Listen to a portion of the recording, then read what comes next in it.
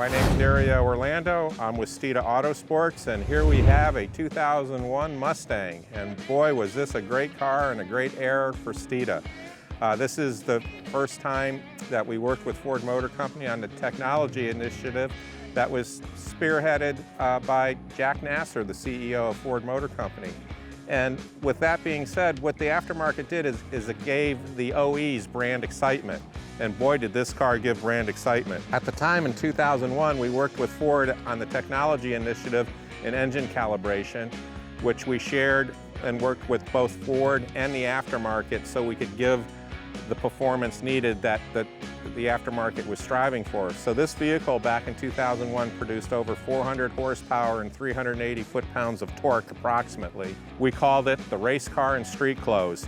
It's equipped with 14-inch brakes, Brembo equipped as well as far as calipers, and 13-inch rear brakes with our conversion kit. And even it has a 5-link suspension, which improves the rear suspension drastically in the rear, and we can control and adjust rear roll center to improve handling.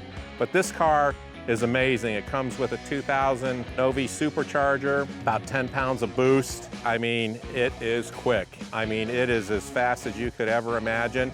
And we actually took the parts that we developed with this car and put it onto the racing front with Charles Espinlad driving the cars at Sebring, etc., and placing fairly well in the events, competing against the Audi and the other supercars.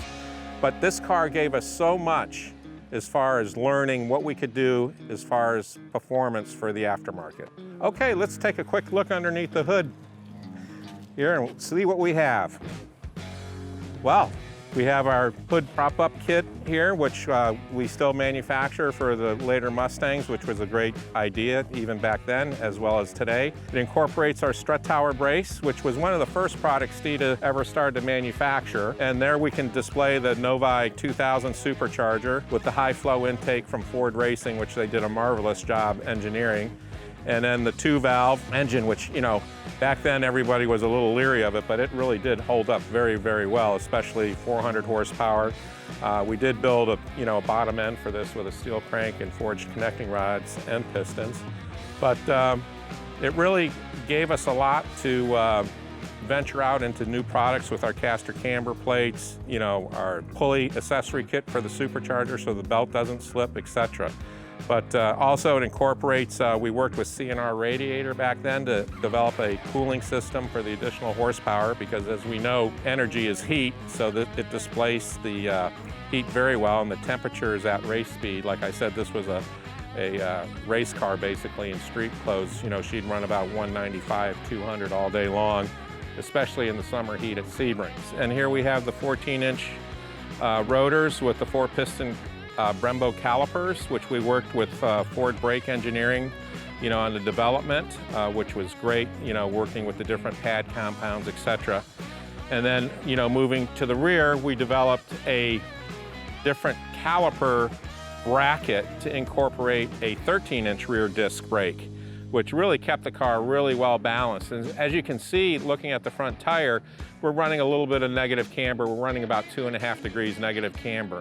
One thing that I want to also point out is the rear wing. This was developed with one of our partners with the Embry-Riddle Aeronautics School in Daytona, and we actually drafted it. And today, this rear wing is still used on the S550, that's similar design, but tweaked, for the later model Mustangs. Let's take a closer look at what's under the car. And first of all, it's equipped with our 5-link rear suspension.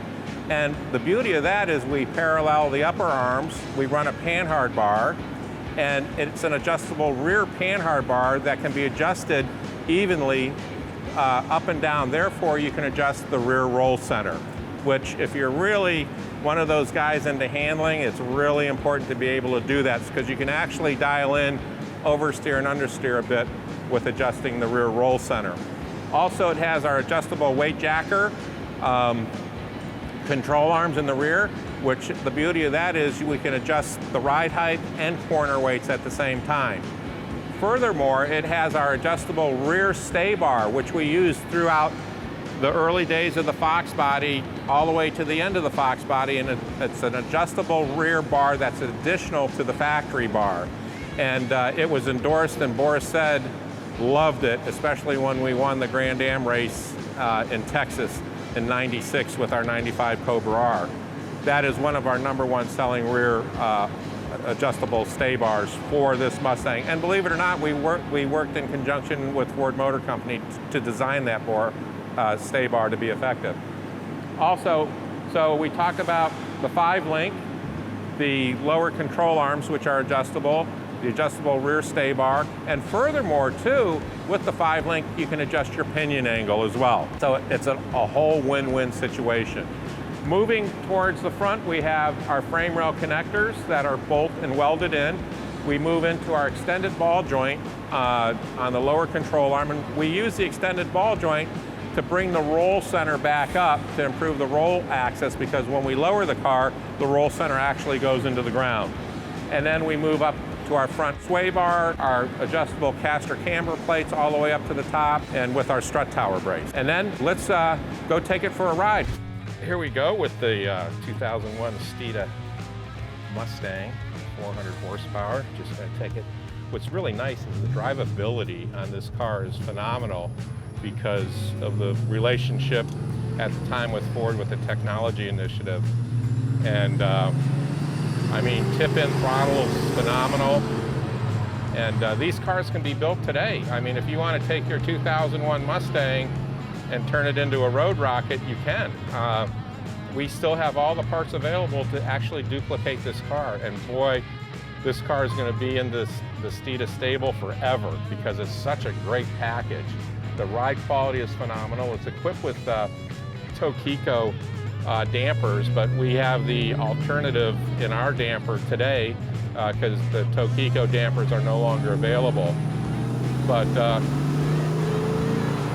you can feel how smooth it is, no jerkiness or whatever.